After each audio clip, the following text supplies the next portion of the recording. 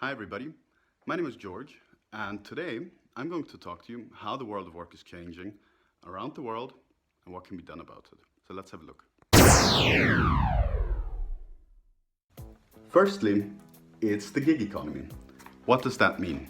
The gig economy means that services that were previously done in-house, for example, now have the possibility to be done much cheaper, much faster, and in a different way than previously, meaning online, in different parts of the world. Now that's amazing because it allows us to transfer finances relatively easily.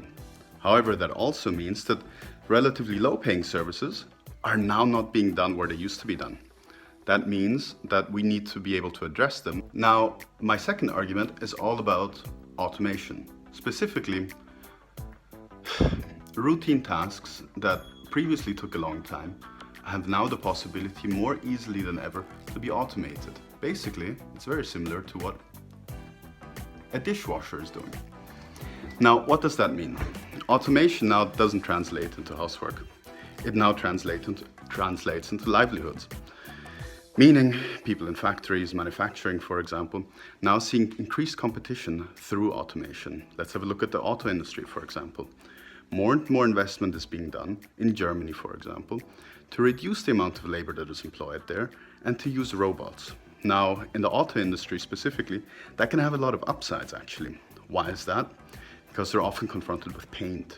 They're often confronted with hazardous materials. It reduces the risk of production, specifically for the workforces. So it's not necessarily, from the social perspective, a necessarily bad thing. However, again, how do you work with your labor and how do you work with taxation in order to accompany and flank those technologies with the respective policies? And that's argument number 2. The perspectives of our children, our upcoming labor market, if you want to call it that, I've split into 3 key arguments. The first pertains to stability. Now, with increasing competition and with increasing digital transformation, what we're seeing is that jobs are becoming less and less stable. That means that they're able to be replaced relatively easily. Now, that also translates into the second argument. Financially, as firms are trying to be as profit maximizing as possible, they're trying to reduce their costs. Now, what does that mean? It often makes more sense to employ a machine than it does to employ a human. What does that mean?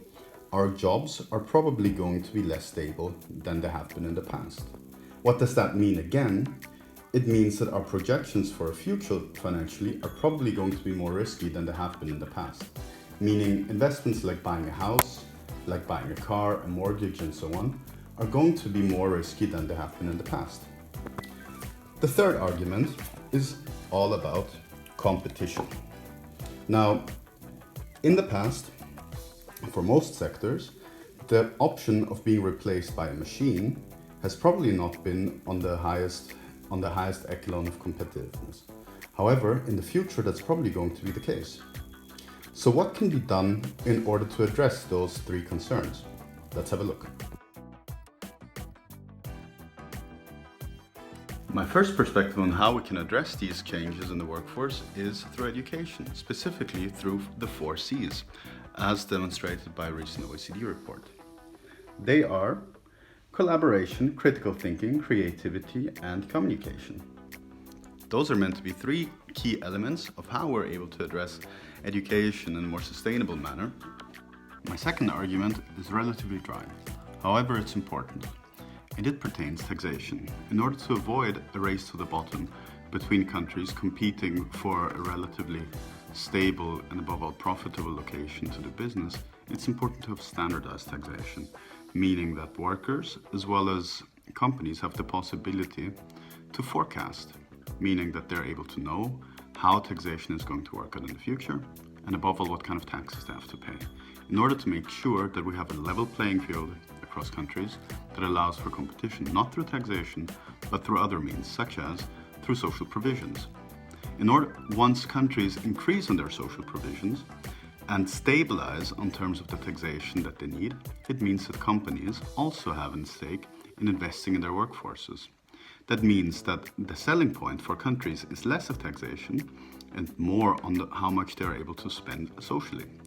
That means we have a race upwards. So countries have a stronger incentive to invest in social capital according to the Human Capital Index and increase the workability and the education of their respective workforces. It's a win-win for all.